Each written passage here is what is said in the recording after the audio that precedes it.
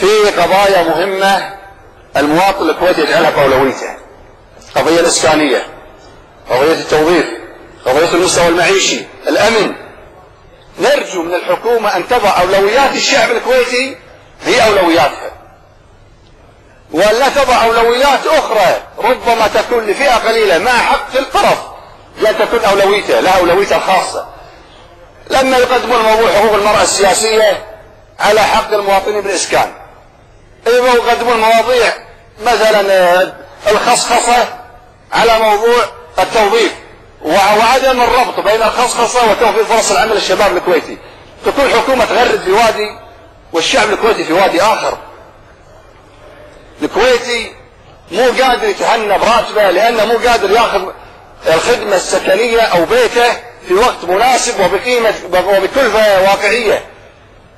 الكويتيين قاعدين يرون رواتبهم رواتب زوجاتهم لمدة 10 إلى 15 سنة. بعد 15 سنة ايش بقى من عمره؟ فالقضية الإسكانية آمل من الحكومة تضعها نصب عينها. واحترامي وتقديري للأخ وزير الإسكان، وأنا واثق من إخلاصه، واثق من نيته الصالحة، لكن أرجو أن تكون هذه النية الصالحة والإخلاص مطابق لطموحات الشعب الكويتي، وأن لا يكلف الكويتيين خدمة إسكانية مثل ما يطرح الآن الأرض 30,000. لا، هذه ما حلت المشكلة، عقدتها. لأن الكويتي ينطر 10 سنين ياخذ بيت بمستوى معيشي أقل أحسن ما تلزمه بكلفة إسكانية ب30,000 هذه الأرض. ثم التوظيف يا جماعة أزمة متنامية، مشكلة حقيقية، والحكومة إلى الآن غير قادرة على وضع الحلول الحقيقية لها. المستوى المعيشي للمواطنين، عطوا الكويتيين 200 دينار جزاهم الله خير، وهذه مو غريبة على سمو الأمير لأنه هو أبو الكويتيين والكويتيين عياله.